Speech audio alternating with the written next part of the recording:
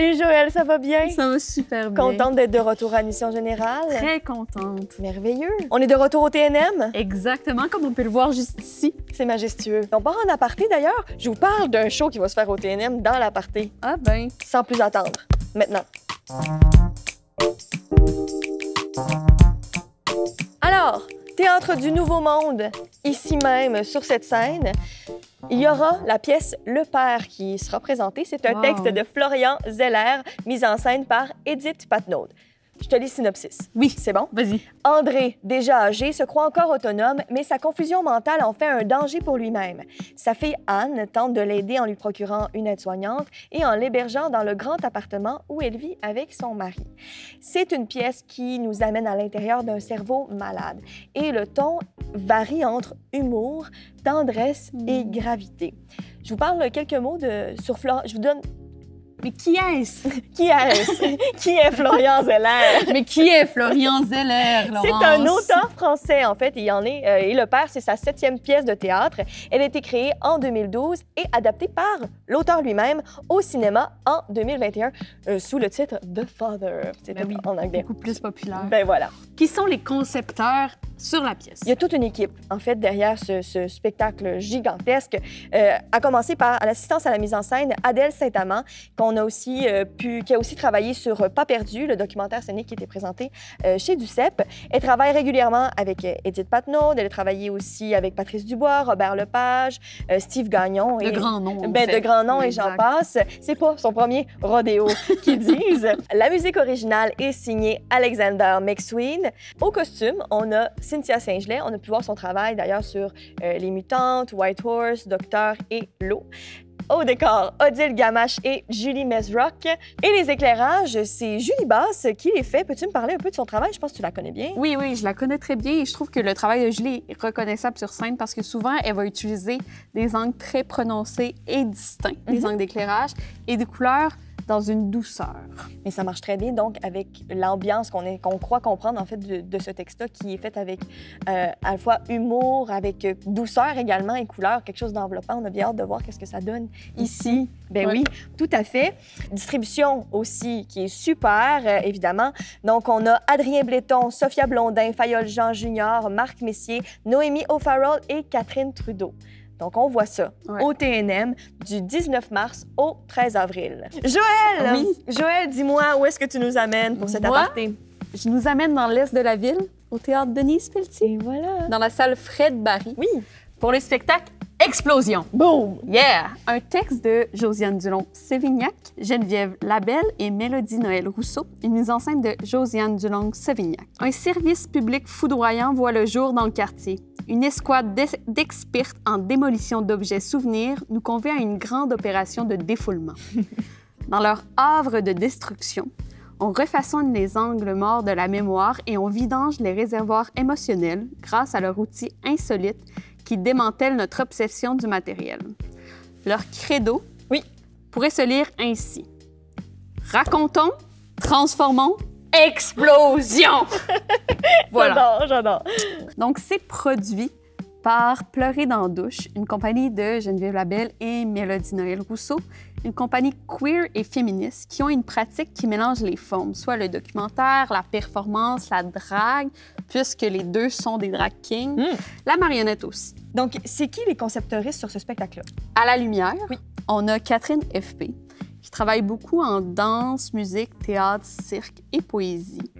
Et Catherine aime travailler avec des dispositifs DIY. OK, fait qu'on aide, elle crée ses propres affaires. C'est vraiment particulier à voir. Au son, on a Agathe Dupéré, qui est multi-instrumentiste et qui a un projet solo qui s'appelle Pâte aux joueurs. OK.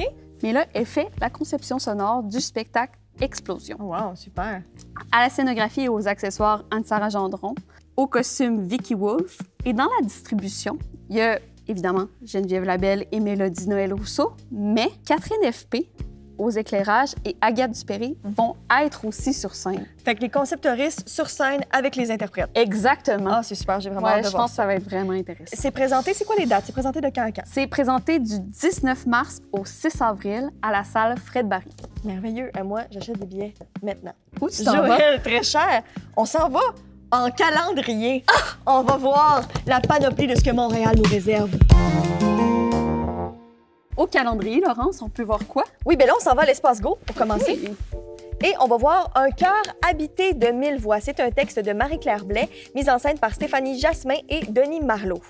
Ces temps-ci, au théâtre, on parle beaucoup de l'âge, de la vieillesse et de tout ce que ça amène. Et ici, on a une perspective très intéressante. C'est la nouvelle création de la compagnie Ubu. Oui. Je vous lis le synopsis. À 93 ans, René se sent soudain devenu un vieux monsieur. Confiné dans son appartement montréalais, il est réconforté par les soins empressés d'Olga, son infirmière qui multiplie les maladresses par rapport à son identité de genre. Alors, je vous ai dit que, dans le fond, c'était un texte de Marie-Claire Blais. C'est, en fait, des personnages qui sont tirés de ses 2 précédents romans. Et le tout a été adapté par Kevin Lambert, l'auteur du Saguenay, qui est maintenant devenu une vedette internationale. Exact. Donc, on peut voir le travail, la collaboration de ces 2 grands auteurs-autrices à l'Espace Go du 2 avril au 28 avril.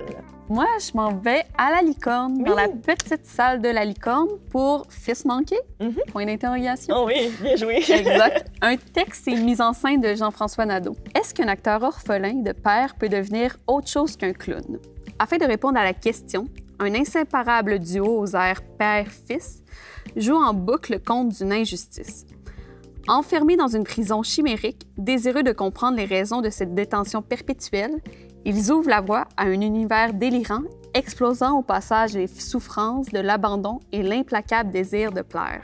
Puis qu'est-ce qu'il faut savoir? C'est que dans ce spectacle, c'est 2 vrais clowns qui seront sur scène. Qui les interprètent, c'est des clowns, des clowns de cirque? Des clowns de cirque qui ont travaillé avec des cirques très connus. Donc, on peut voir René Bazinet et David-Alexandre Després sur scène. Incroyable. À la Petite Licorne du 2 au 19 avril. Ah ben merveilleux. Merci, Joël. Moi, je vous amène à l'usine C. Usine C. OK, oui. On s'en va voir Zéro de Mani Soleimanlou. Donc, texte et mise en scène de Mani Soleimanlou avec Mani Soleimanlou sur scène. Synopsis. Par une mise en abîme entre l'histoire de son père et sa propre relation avec son fils, Mani Soleimanlou tente de remonter à l'origine de lui-même et d'esquisser une réponse à ce dilemme existentiel. Sommes-nous ce qu'on nous a transmis ou ce que nous léguerons à notre tour?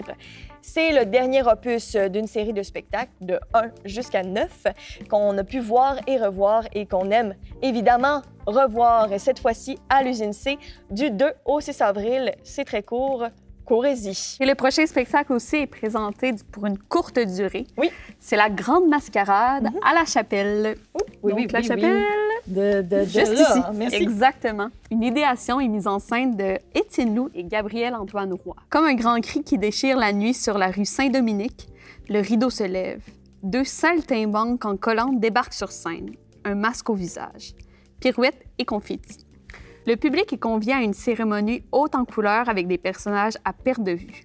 On s'attend au plus grand spectacle de masse de la décennie. Rien de moins. Joël, tu connais bien l'équipe du spectacle parce que je pense que tu fais les éclairages. Exact. Je fais partie de l'équipe de conception de ce spectacle et je collabore avec la scénographe Geneviève Grenier, qui est aussi une artiste du verre. Wow. Donc, elle fait des verres, c'est super Verre beau. soufflé, verre vitrail. Verre soufflé. Pas des verres pour Oui, boire. pour boire, aussi, des verres peut-être. pour boire. Bref, c'est très intéressant son travail. Vous irez la suivre et vous viendrez voir le spectacle La Grande Mascarade qui est présenté du 20 au 23 mars À la Chapelle. à la Chapelle. Ben, c'est ce qui conclut notre calendrier.